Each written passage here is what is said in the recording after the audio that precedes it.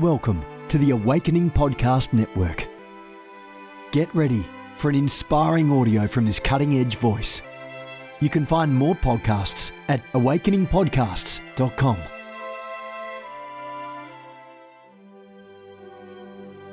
A reset of the prophetic movement is upon us. The second wave of prophets is rising in this hour. We stand at the edge of a new era in the prophetic.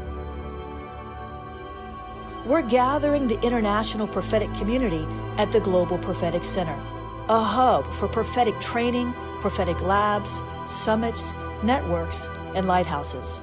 It's time for prophets to go deeper. It's time for seers to soar.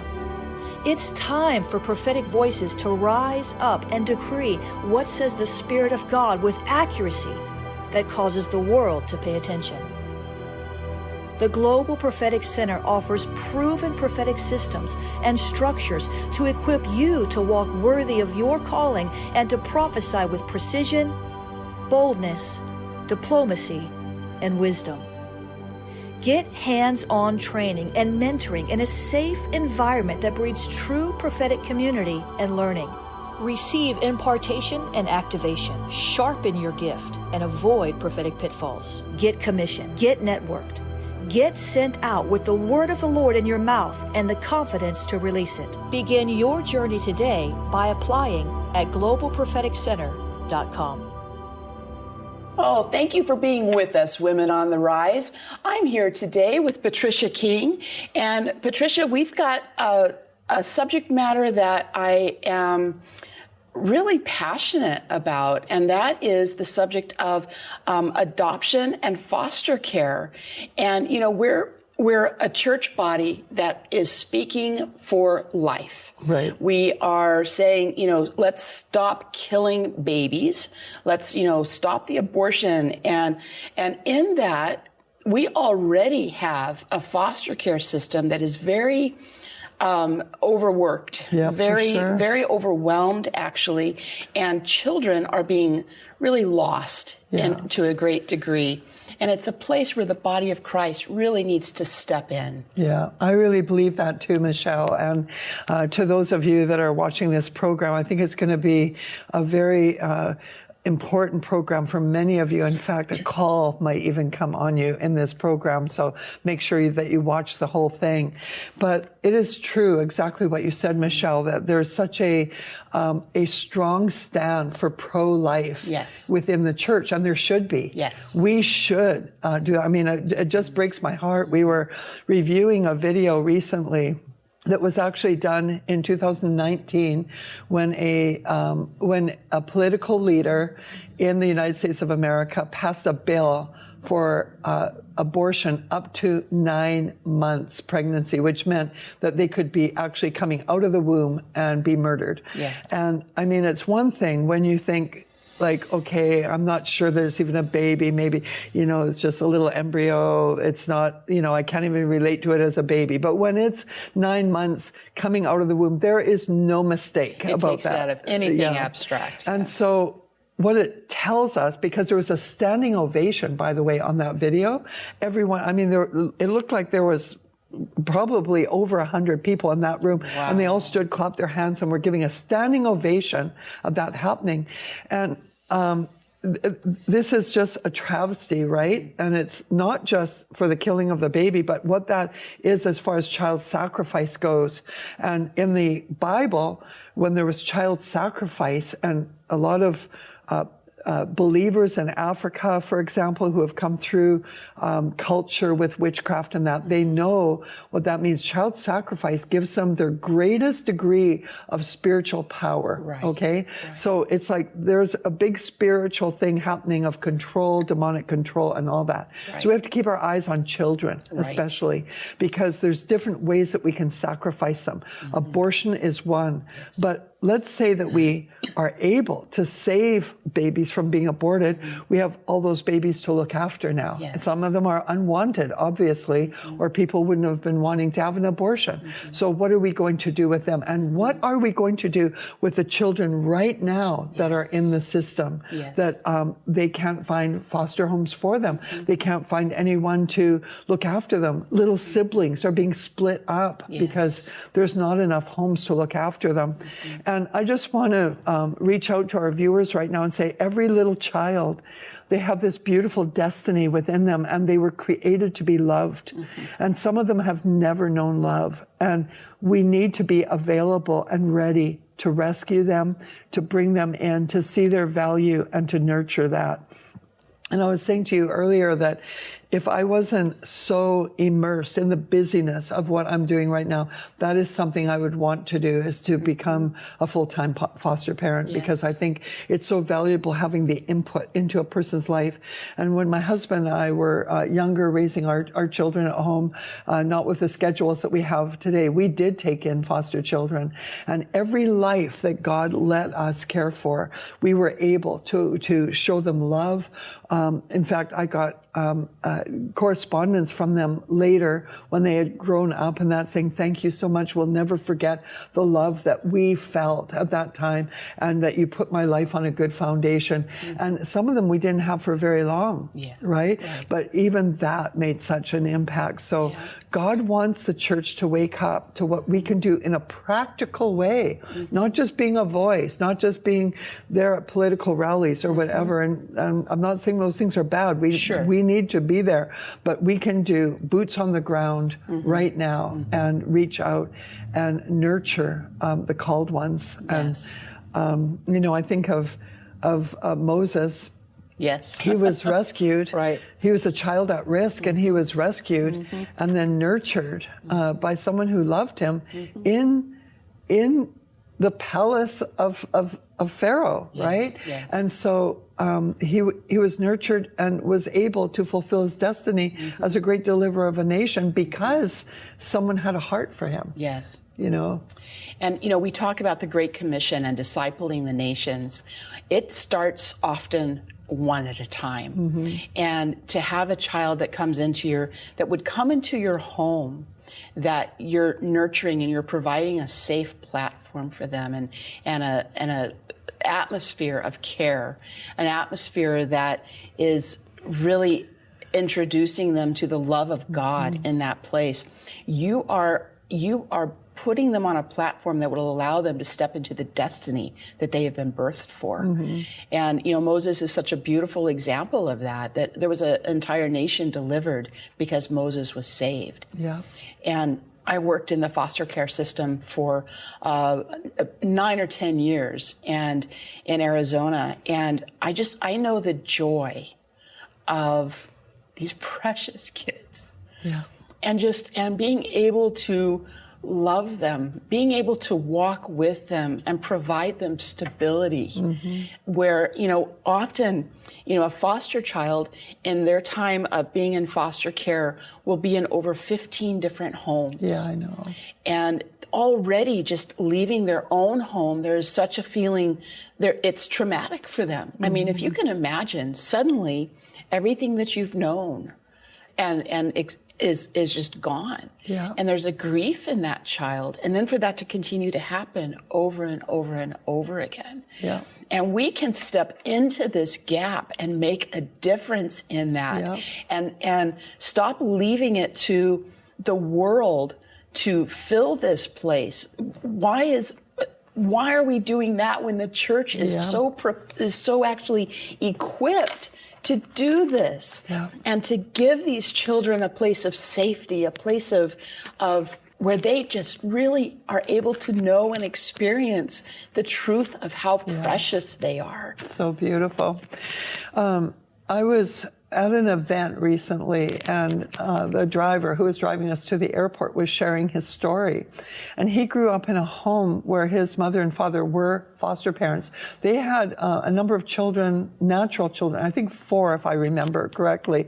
And then they took in foster children. So there's oftentimes up to 10 children in the home. So that is a big load. And he said, of course, it had its challenges, especially as a child there. And, he saw his mother go through emotion, because a lot of those situations are not easy, right? Absolutely. So, and, it would hurt him sometimes to see his mother brokenhearted over a situation. But she is now in her 80s and still fostering children. Wow.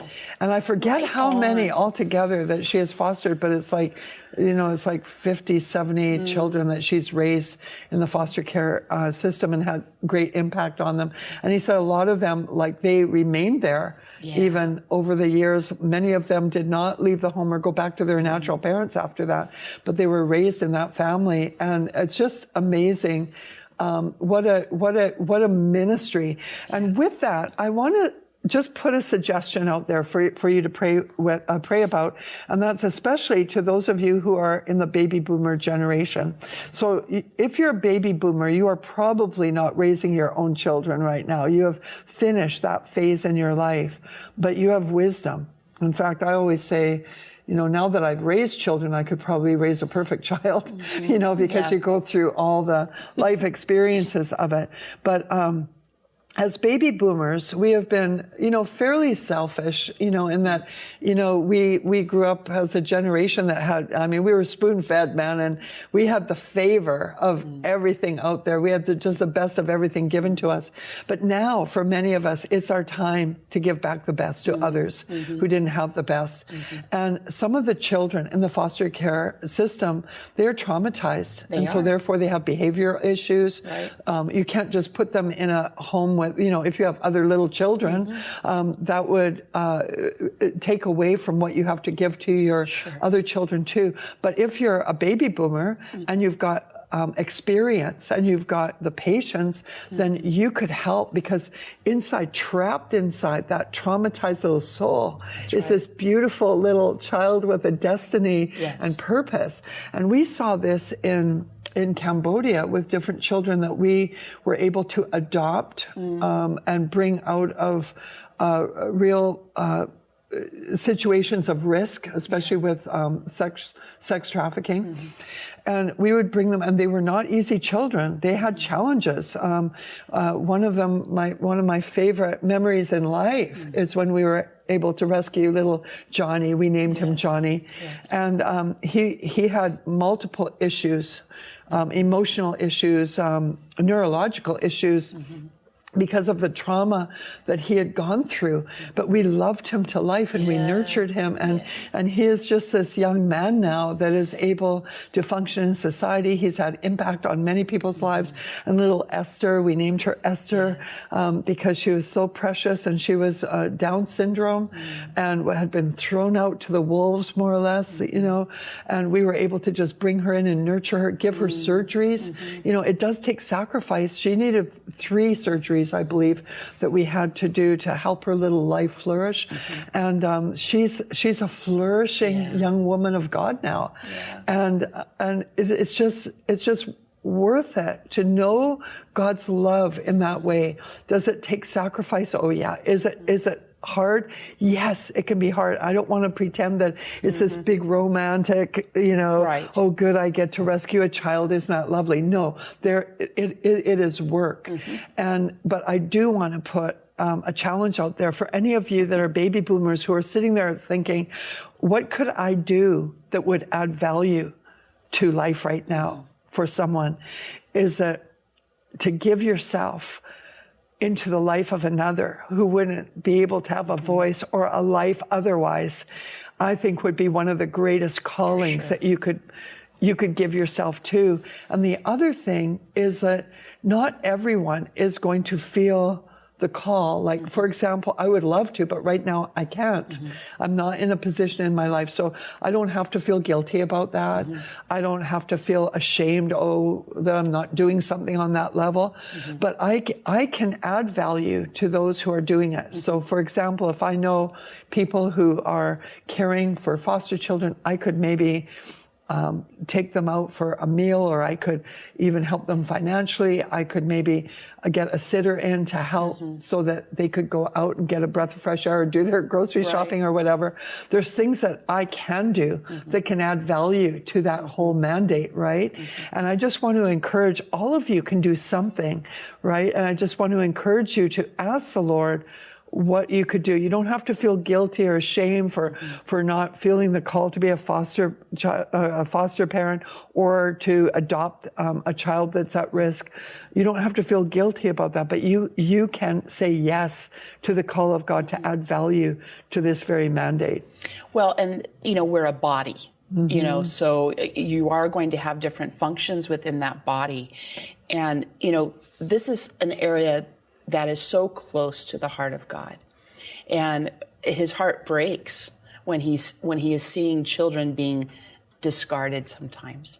And, love is willing to step into the messiness of some things. So good. Excuse me. And even in fostering, often you have opportunity, actually not just with the child, but with the family, and to be able to speak into things generationally in that family. It's a beautiful mission field. Yes, it is a beautiful mission field and absolutely vital right now. Yes.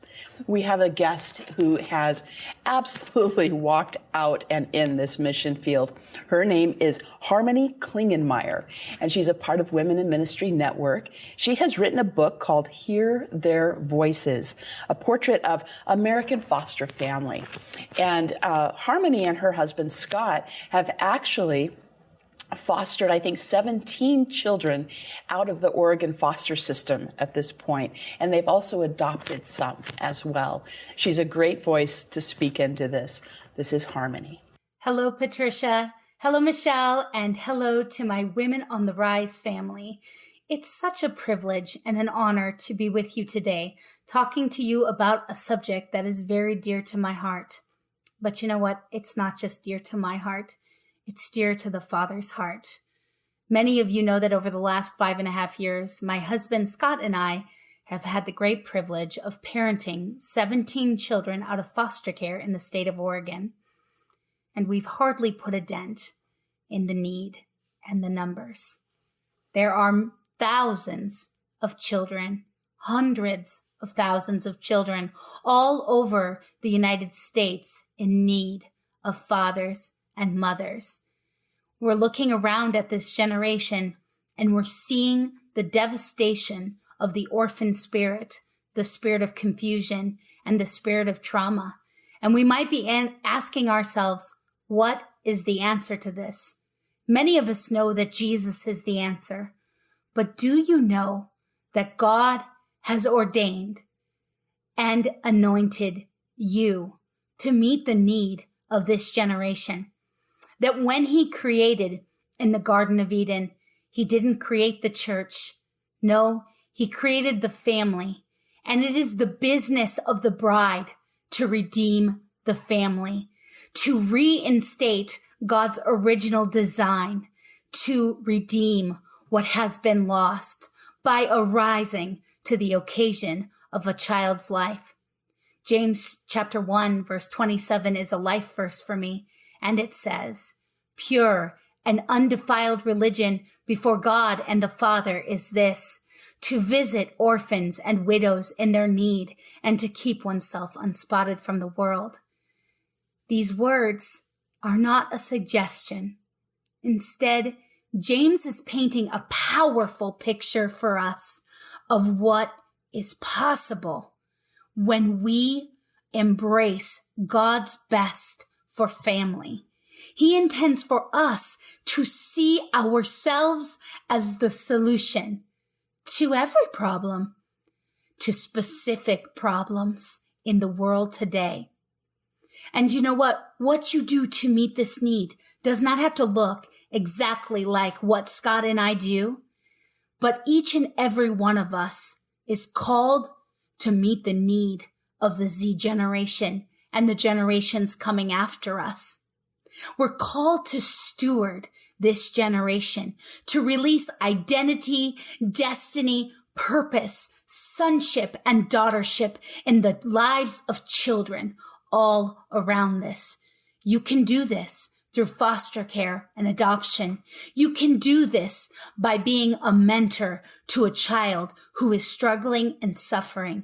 You know, today I sat in a classroom and I listened to two young people discuss what pronouns they would like to be called by. And one of these children said, "I don't know." The level of confusion where this person could not even tell us that child's gender is a travesty and a tragedy that is meant to be healed by the kingdom of the Son of God, the kingdom that you and I are carrying. I promise you, this work is challenging, but it is also so worthwhile. It is the work of the gospel. It is the work of the cross. Won't you consider today what you can do to meet the need, to arise to the occasion of a child's life? Because every child deserves to know what you and I know, that we are a treasure, that we are the apple of our Father's eye. Harmony, thank you so much. And thank you for what you and Scott are doing there and the lives that you are impacting for the kingdom. And again, you know, we're all adopted, right? We were all lost, and God has adopted us into his family. So for us to do that for these kids, it's the continued expression of God's heart it's so beautiful. In the earth. And, you know, you mentioned a really good point earlier that if you can't, you're not set up to be able to be a foster parent or to adopt, to support those who are. But there's also a place, too, in those who have what's called aged out of the system, and they have not been adopted, that suddenly at 18 or in some states 21, now suddenly they're out there. And they now don't really have anyone to support them and to walk with them. And there are opportunities that you could even volunteer to come alongside those that have aged out and to begin to walk with them as they continue to grow and make their way through life, that they're not just on their own. So lots of opportunities. It's so sad, and I know that you know a lot about that because of your work within the system, but to think of an 18-year-old being told by the system one day, "I'm sorry, you can..." You're done. Yeah, you can stay for another week or so, and then you're on your own. And how traumatic that must be for them. It makes me want to cry right now for so many of these situations. And I think those kind of tears are good. And so for you who are intercessors out there, that is something that you can be in prayer for at this time. Michelle, I wanted to mention also how proud I am of so many in our Women in Ministry Network who have really taken on the burden of family. Yes. They carry it as a mandate to be a voice for the family, which is what foster care and adoption is all about. It's like bringing back, even as Harmony mentioned in her message to us, is that God didn't birth a church in the beginning. He birthed a family. Right. And that we do have to build that family unit because it's so broken down right now. And I'm just so proud of our women in the network. Some of them are involved in education systems, some in fostering, and that others, other expressions for family values, and even working on government levels to bring that voice forward. And just want to give a little shout out right now for our Women in Ministry Network, is that God is calling a great company of women in this hour to proclaim the glad tidings and to advance his kingdom. And we see examples of this all throughout Scripture, but especially in the New Testament, where God himself, Jesus, proclaimed the very first message of his resurrection, the very first mandate to proclaim the resurrection was to a company of women. And so he has, even though like in Christ, there's no male nor female, we are created unique in God with special gifts and special wiring even. And so one of that, of course, there's big mama hearts inside of us. And so I just want to encourage you that if you feel like you have a mandate to minister, that means to serve the purposes of God, to advance the kingdom, the Women in Ministry Network would be a great place for you to plug in, because you'll find women of like passion, women who love the Lord, who are true worshipers, who are given to intercession, and who want to be a voice for the advancement of the kingdom. So you can go online and find out more about Women in Ministry Network, WIMN, Women. And an easy way to get there is just go on patriciaking.com and click the Women in Ministry Network tab. And there's application there and more information on how you can be a part. It's so good. I have a decree for us today, and it is, you are blessed, and you are called to be a blessing. You are blessed because you consider the poor, and because you give freely to the poor, you will never want. You will reap bountifully, and your righteousness will endure forever. Thank you so much for being with us and talking about this family mountain, and we'll see you again soon.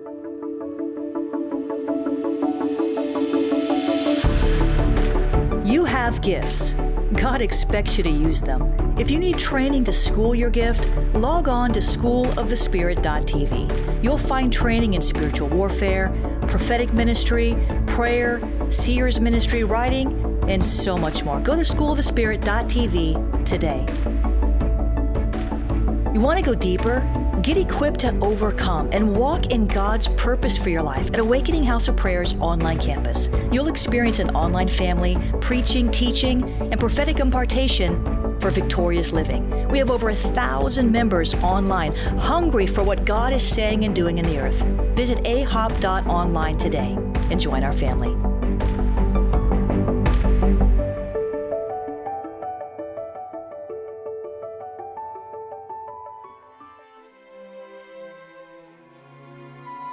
This has been a production of the Awakening Podcast Network. Jennifer LeClaire is the founder and owner of APN. Our heart is to inspire people and exalt Jesus with every broadcast. We're grateful for our advertisers and supporters that make these podcasts possible.